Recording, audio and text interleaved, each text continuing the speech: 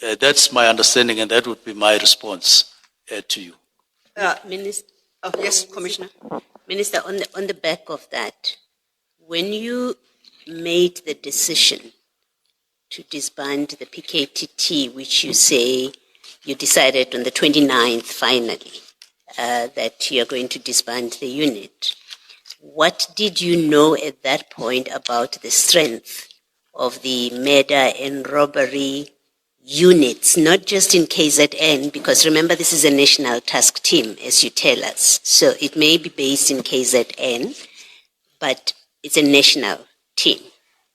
What did you know about the strength of the murder and robbery units across the country at that time? I knew that, with the exception of Northern Cape, they had been established and that they were functional. We had not yet focused on what exactly in detail in Limpopo or in KZN or in Gauteng, but they were at different levels. What I know is that was the only concern that was the only, I would say, issue that we need to beef up, we need to strengthen via a number of things, training, equipping. Myself, I was even talking about what we ended up doing in the structure itself, a new division, separate division from what's combined in Vispol, so that even those specialized units, you back them up, especially in the 4 provinces, because even by that time, December, I thought I had come to quite a satisfactory level of understanding the trends of violent crimes, especially in the 4 provinces. So I may not have known in detail, but I knew they exist in terms of reports that were presented. Yes, you knew they existed. You disbanded on the basis that the work that the PKTT was doing can be done by murder and robbery units. That's the basis on which you disband. Yes. But you don't know anything about the strengths of those units in the country. So your decision to disband could possibly have the consequence that, in fact, the units that have been established can't do this work, because at that point, they don't have the capability yet. They haven't recruited the people. They don't have the right trained people. How is that a considered decision that ensures that investigations, prosecutions of political killings or political murders continue across the country after your decision on the 31st, from the 1st of January, actually? Based on the reports, especially when we reviewed the structure with officials confirming that they exist, and it was actually written down, notwithstanding the fact that they were not necessarily individually examined, but based on those presentations and based on the absence which would have been made to say we do have, but it is weak or something, which was done in the case of Northern Cape, to say it doesn't exist. And based on my visits as well to provinces, including, all provinces except for Free State and Northwest and Northern Cape, I would say I was fairly aware that they were there, and this was to be reinforced after the by information that I got. I don't have a difficulty with a part of your evidence where you say you were told they do exist. I'm talking about their effectiveness and capability. And maybe let me do it by way of example. By the time you disbanded, you made the decision on the 29th of December to disband the PKTT, had you had a discussion or a report from, and I use KZN randomly, I could be using Free State, so you can substitute. Had you had a report from KZN about the capabilities of their murder and robbery unit, their strength, their capability, and a general ability to deal with political killings? And when I say KZN, I'm asking the same question about Limpopo, Gauteng, Mpumalanga. Had you received any of those reports about their ability from the provinces themselves? Now, I would say initially, when we were doing the review of the structure, we did receive a report of their existence. Now, we're talking beyond that. Now, we went to provinces, including KZN, including Limpopo, including Gauteng. We did find out and saw people that they are in murder and robbery. We did receive those additional reports. But I do want to say it was not necessarily to say we're in KZN today to examine just one unit, that is support services, for instance, or VISPOL. It was not in that particular fashion, but we were satisfied with I was satisfied with the report of existence and what I had received, or we had received when we visited those particular provinces. But I do want to add, not necessarily with a view to wanting to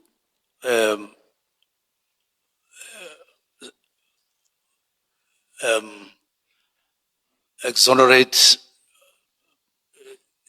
myself from that scrutiny by saying that even despite the fact that we had not gone into detail about what was happening, you remember that we were arguing yesterday that the letter of disbandment still called for preliminary reports. And indeed, when that report came, it did say, even though it had not come when we reported, it came later on the 22nd, it says, the National Political Killings Task Team in KZN would be absorbed into serious and violent crimes in KZN, which was evidence that it is known to exist. It may be at that strength or at another strength.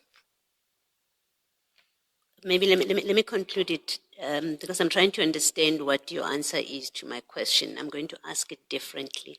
Yes.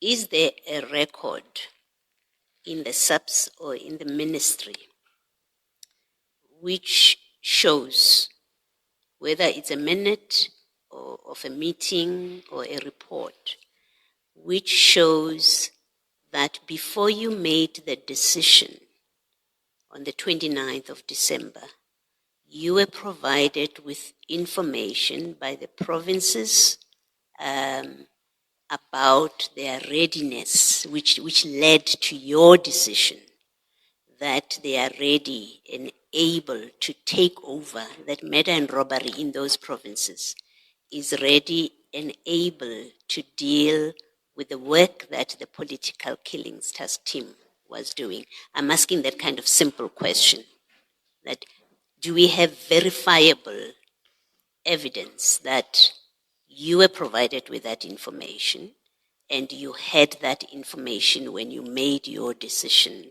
that it is not necessary to have the PKTT because our murder and robbery units across the country are sufficiently capacitated at that stage to take over this important function?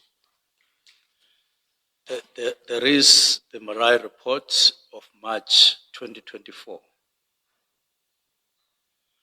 And over and above that, when we were reviewing the structure, we did get presentations. I may not be precise in terms of the level of detail on units, especially murder and robbery, in all provinces. But I know that there was confirmation, as I've said, of their existence, and no concern was raised at the time that they presented. There was a feeling that, or there were presentations that said, we do have. Minister, I don't quarrel with their existence, and it's not my question. My question is not whether you satisfied yourself that they existed. It's not that. It's a completely different question. It is, you satisfied yourself because of information given to you that those units across the provinces are in a position to carry on the work that was being done by the PKTT. That's what I'm asking. But you've referred to the Marai report, so I'll leave it to Ms. Sillo to talk us through the Marai report and point us to where it says that. Thank you. And also to when we're reviewing the structure. Thank you. Thank you, Ms. Sillo. Just to follow up on the point you, Commissioner Baloyi just engaged you on, I don't know if you are aware that General Mutsepe appeared before the commission and she has submitted a statement. I am aware. General Mutsepe, as I understand, is the component head of serious and violent crimes, of which murder and robbery is a part. Is my understanding correct? It's correct. At her paragraph 20 of her statement, she noted that although the murder and robbery structure was in place, the units were not properly capacitated. That's her testimony. In fact, the very engagement you just heard with Commissioner Baloyi had with General Mutsepe, and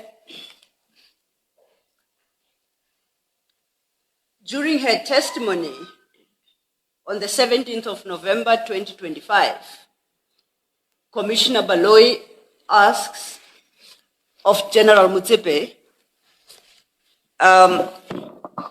General, when General Sibiya tells you about the organizational structure that is there and that the PKTT must now cease to operate and fall under murder and robbery, you conclude in that paragraph, that's reference to paragraph 20, by saying all that was required for the murder and robbery units to be properly capacitated, but the structure was already... Ms. Sillo, does the minister have this? No, I'm just reading. Oh, all right, just a little excerpt from the transcript. All right. The first reference I made was to paragraph 20 of General Mutsepe's statement, where she says the structure was there, but there was no capacity. And she confirms that here in the hearing through her engagement with Commissioner Baloyi. So, according to the component head responsible for murder and robbery, as at the time of disbandment, that, can I call it a unit? Murder and robbery, yes, unit, did not have the capacity. The structure was in place, but there was no capacity. Hearing what you do now, do you think that disbanding the PKTT in circumstances where political killings could flare up ahead of the 2026 local elections was a wise decision? Commissioners, in the context that, I'll come exactly to your question, but I just want to say first a preamble. In the context of what would practically happen when you disband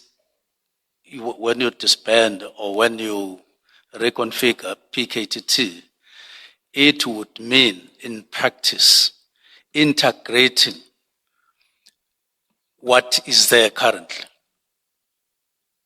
You would take what is there in PKTT, what is there or not there in murder and robbery, because going together with the establishment of specialized units was to ensure that SAPS has greater capacity that is sustainable. So there is nothing preventing me from saying, yes, General Motsipe, component head, may have said that, but if in the process of integrating, you were not going to throw people and they become unemployed and all of that, you were going to integrate them. I have no doubt that this would result into the required capacity once integrated. Minister, how do you arrive at that conclusion?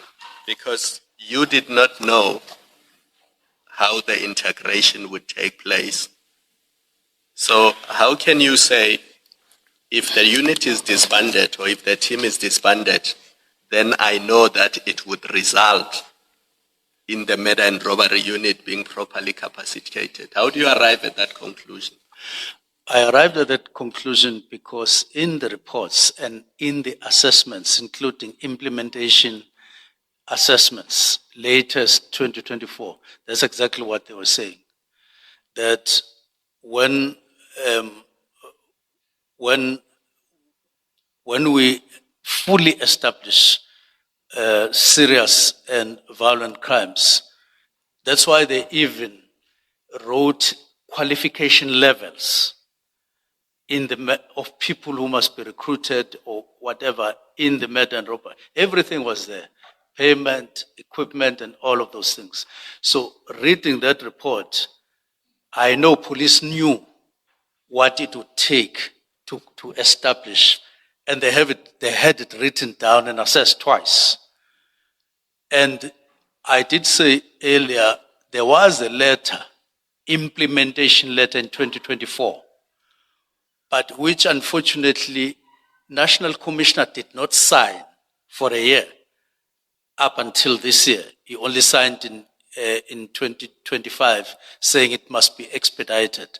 It means that the implementation letter that was signed by all other officials, all other officers, except for the National Commissioner in 2024, they were satisfied that the specialized units have reached a point where they could, in their criteria, be functional. That's why they signed them for implementation, not establishment. And then they forwarded that to the Office of the National Commissioner, who then for a year didn't sign. So that's how you would have established that, or I established that. So the implementation contemplates that there would be recruitments, for example, of people who meet certain criteria, right? To be in the murder and robbery unit, you have to meet certain criteria. You don't have, there's no information before you when you make the decision on the 29th that everyone that's in the PKTT meets that criteria. You didn't have that information, right? In the PKTT? Yes. What I'm trying to clear is you say there would be integration, reintegration. Oh, yes. No one is going to lose their job. And the impression it creates, Minister, and I don't know if that's the impression you're seeking to create, the impression it creates is that after you made your decision and instructed, from the 1st of January, everyone who was in the PKTT will neatly be slotted into the murder and robbery unit so that skill and experience would not be lost. That's the impression that your evidence is giving. Is that what you intend when you say they would be integrated and nobody will lose their jobs? Is that the impression you're seeking to create? That's correct. But that cannot be correct for two reasons. You don't know the qualifications of the people who are in the PKTT, whether they meet the requirements, the implementation requirements, as at the 1st of January. You have absolutely no idea about that. So you can't say to us, you knew that the people in the PKTT would all be integrated into the murder and robbery. You couldn't say that. Because you know nothing about their qualifications. But I know that there is a report signed by all officials up to Deputy National Commissioner in 2024, signed for implementation. Okay. I know that. Okay. And there's nothing that makes me doubt that all of these officials would have signed something that they were not satisfied is at the level that is required in terms of the prescripts of the work study before. But two, when National Commissioner signs in June 2025 now, so it's after my letter, he simply says it must be expedited. It doesn't say there must be any other thing. He says implementation must be expedited, which when I read that, I assumed that he knew what he was doing, meaning that what had been signed in 2024 would be something that exists. It would be based on something that exists to their satisfaction up to Deputy National Commissioner. So what we know is what the National Commissioner approves includes that expedite the recruitments, capacitating these units. That's part of it, right? We know that's what he's signing for. My point is, when you disband with immediate effect on the 1st of January, and please don't focus on immediate for now. Okay. It's a separate conversation altogether. When you say disband, you say people would be integrated into the murder and robbery unit. The simple point I'm making is, or that I'm seeking to establish with you, is that as at the date of your instruction, you don't know, Minister, sitting there at that time as you sign this letter and you send it off, you don't know whether your PKTT people will be integratable into the murder and robbery units in their different provinces. You don't know that. No, I know it, Commissioner, Okay. because it was made abundantly clear during orientation Okay. what would need to happen. Okay, we can leave it at that. That's your answer. Can I put to you that, well, General Sibiya seemed to have understood things differently because he gave an instruction that everybody must just go back to their old stations.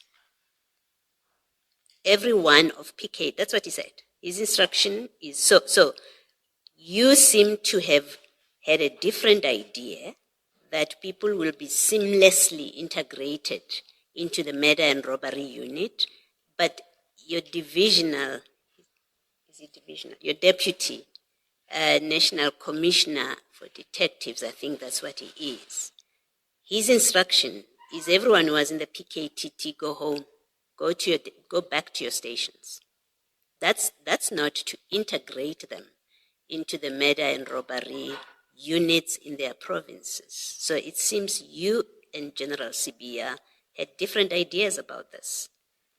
And for me, that's part of the problem that naturally follows from a failure to speak to your managers about your intention and how you see it playing out.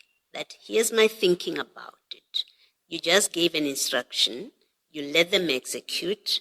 Well, Sibiya does what he thinks is best. He calls for dockets, and then he says to people, go back to your stations.